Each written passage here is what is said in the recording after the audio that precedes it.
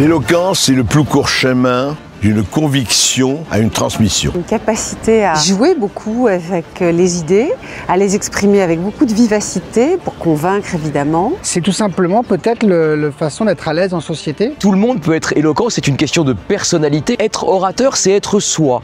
Oscar Wilde dit « Soyez vous-même, les autres sont déjà pris ». Et le bon orateur, c'est celui que reconnaît dans l'instant parce qu'il a une parole différente, singulière, qui lui est propre. Aux 6 coins de l'Hexagone, on a cherché parmi plus de 250 candidats, les 8 qui vont venir vous présenter leur texte dans l'unique but de vous divertir, de vous convaincre, de vous émouvoir, bref, de vous faire passer un beau moment avec des mots. Les candidats vont devoir s'affronter dans une joute sans merci où ils se répondront sur le sujet tout en répondant aux questions du jury. Le jury impressionne un peu, mais je pense que le public impressionne même encore plus que le jury. On connaît pas le public, donc c'est très impressionnant, mais aussi extrêmement stimulant parce que c'est de l'inconnu. La difficulté, c'est de pouvoir plaire, convaincre et émouvoir. C'est un beau concours qui met en valeur la parole, qui est si importante aujourd'hui, dans le monde du travail, dans la vie de tous les jours. On a besoin de libérer la parole, on a besoin de réapprendre, de redire que c'est important de lire, d'écrire, que la culture est importante. C'est-à-dire que c'est du jamais vu en France. Là, d'habitude, c'est dans des amphis d'écoles de commerce. On est 30 à s'écouter parler entre nous. Là, c'est magnifique, c'est ouvert, c'est populaire. Mon sujet, j'ai trouvé qu'il était assez incroyable parce qu'en fait, il est un peu indéfendable.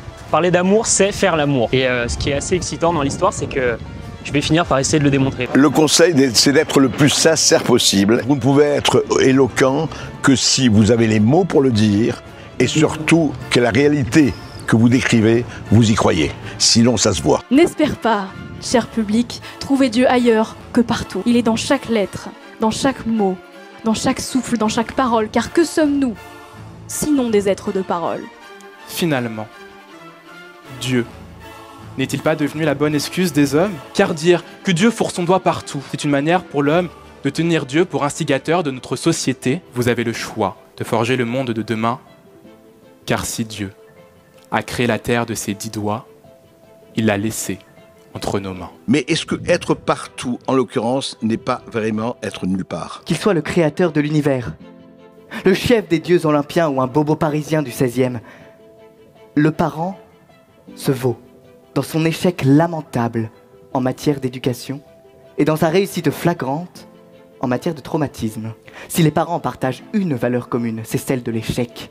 La nature ne nous a donné des parents que pour nous montrer comment nous ne devons pas élever nos enfants. Aucun parent n'est un bon parent. Et vous me direz que ça, on le sait depuis le Moyen-Âge, que tous les pères se valent. Pourtant, même aux yeux ébahis d'un enfant, tous les parents ne se valent pas. Car il y a les pères absents et les permanents, les perspicaces et les pères qui se cassent, les pères sévères et les pères charmants, les méritantes et les persistants, les mères hors pair et les pères amers, les pères sinistres et les mères légères, les pères ministres et Bruno Le Maire.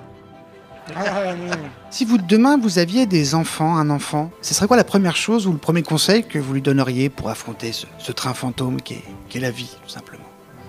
C'est parce que j'en ai un de 2 ans, je sais pas quoi lui dire. Suite à 2 ans, je pense que c'est pas trop le moment pour les conseils de vie, mais plus pour passer du temps avec lui, plutôt que de venir assister à un concours d'éloquence malgré sa... Eh ben voilà, tu vois, eh ben je m'étais fait chier jusqu'à maintenant. Bah voilà. Eh ben tu vois, voilà, faut que je te pousse, faut que je dise des horreurs. Vous tous qui pensez que la liberté est actée, une fois pour toutes, pour toujours et depuis toujours, Je vous en prie, tendez les 2 joues. Vous avez des têtes à claques.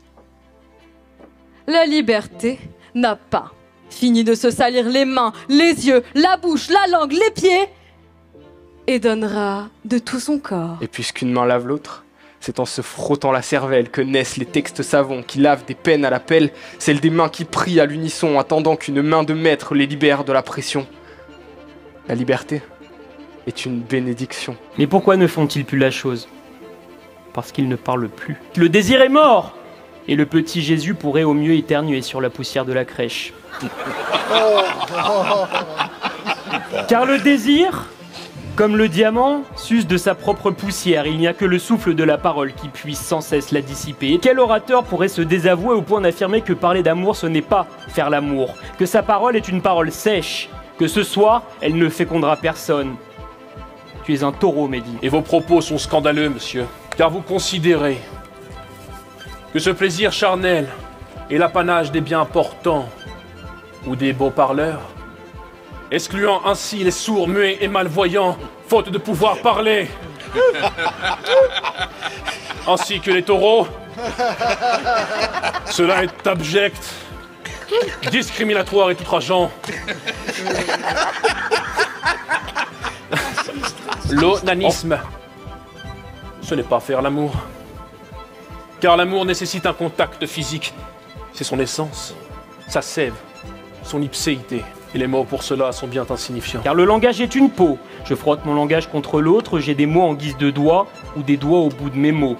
Et vous dites, depuis quelques minutes déjà peut-être, il a des grosses lunettes ce curé. Ce que nous dit Céline, avec grâce et délicatesse, c'est qu'en faisant danser la langue, Morand nous a fait jouir.